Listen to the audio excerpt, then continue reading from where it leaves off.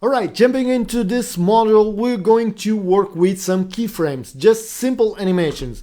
Let's say we want to, these two clips that we have here, I want one coming up from the top, another one coming up from the bottom, and this one coming down from the top. So what we need to do is, we'll go select the first one, and what we can turn off the transformation over here on the screen because we're working on the inspector. So at the beginning, there's this concept of keyframing. Keyframing, this means that you put a keyframe on time, saying that at this point, you're at a specific position, and other point in time, you're at a different position. So you always need two keyframes, one at the beginning, saying where you are and where you're going, and between those keyframes, this is where you have your animation. So what we'll do is, at the beginning of the clip, in the zoom, in the position in this case, I'll use a keyframe, and you can see the right button over there. As I turn on, this means I recorded my first keyframe. What I want to do, I want to record the second one, and because I want this to move a little fast, let me just press play to see how fast it is. Okay, right about here, I want the animation to be done.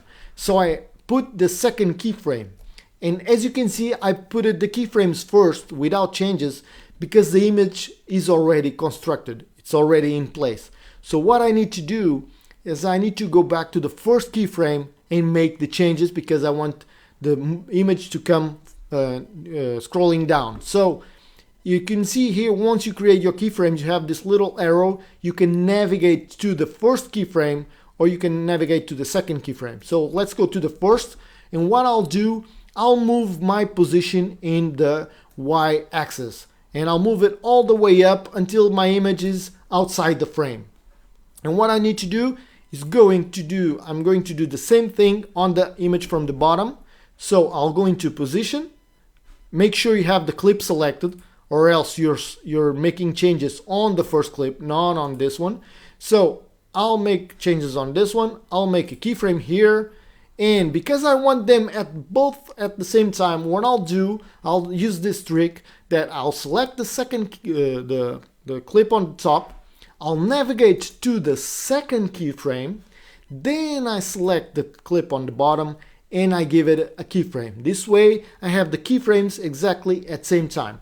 So now I navigate to the first one, and in the beginning, in the y-axis, I'll put it down outside the image, and it's done. It's as simple as this. So if I press play, you can see you have your animation, and you can be very creative with these animations. We're also going to introduce some titles and some effects. We'll do that on the next module. So within transformation, you can see you can make a transformation like this. Let's say we want to make a transformation out of this one, because we don't want to just cut it, make a cut, like a fast cut. I want to go into dark. So what I'll do, right about here, I'll go into composite. On the opacity, I'll do the same thing. One keyframe at 100. And at the end, what I'll do, I'll put this, now the keyframe, but this keyframe at 0. This will do a fade transition. So let's watch it. Fades into black, and now it moves the other two clips just clamping down. Okay? And this is pretty much you need to know about animation. You can be very creative with all this movement, all these options that you have here. If you see a little button like this, it means it has a keyframe.